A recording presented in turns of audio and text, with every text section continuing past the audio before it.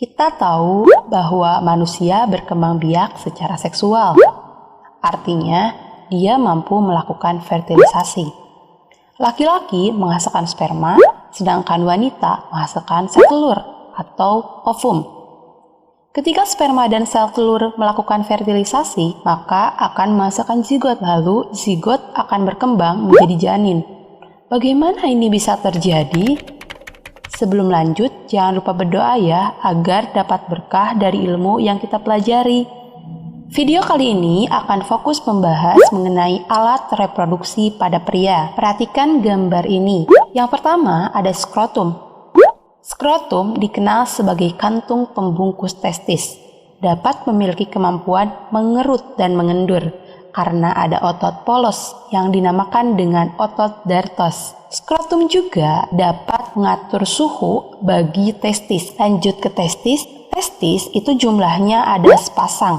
Pada gambar ini terlihat satu karena posisinya dari samping. Testis ini yang berperan sangat penting untuk menghasilkan sperma. Sperma dibentuk di tubulus seminiferus. Di sini juga bisa dihasilkan hormon, yaitu hormon estrogen yang dihasilkan oleh sel Sertoli dan hormon testosteron yang dihasilkan oleh sel Leydig.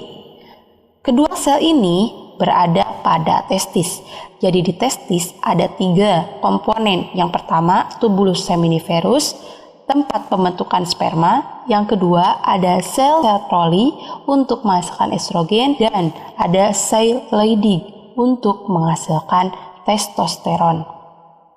Setelah sperma dihasilkan di sini, maka akan dimatangkan di organ selanjutnya, yaitu epididymis. Epididymis ini dikenal sebagai tempat pematangan sperma dan penyimpanan sperma pertama. Jadi sperma yang dihasilkan di tubulus seminiferus itu belum dewasa, maka dia akan dimatangkan di epididymis. Setelah sperma matang di epididymis, maka dia akan melanjutkan perjalanan yang pertama menuju saluran yang namanya vas deferens. Vas deferens ini akan mengantarkan sperma menuju ke vesika seminalis. Di vesika seminalis itu sperma dikasih makan, dikasih nutrisi, dan dihasilkan getah semen yang biasanya warnanya putih.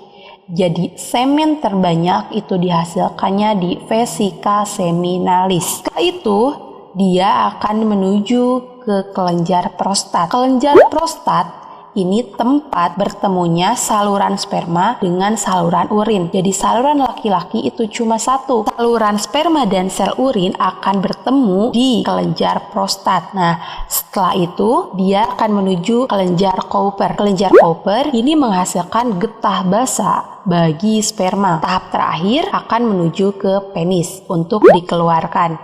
Di penis itu ada bagian yang namanya jaringan erektil yang nantinya akan membuat penis mampu berelaksasi dan berkontraksi. Di penis juga ada bagian yang namanya bagian kepala yang namanya gland penis. Di gland penis ada bagian yang namanya kulit pelindung yang akan dipotong sewaktu sirkumsisi atau khitan. Inilah alat reproduksi pada pria.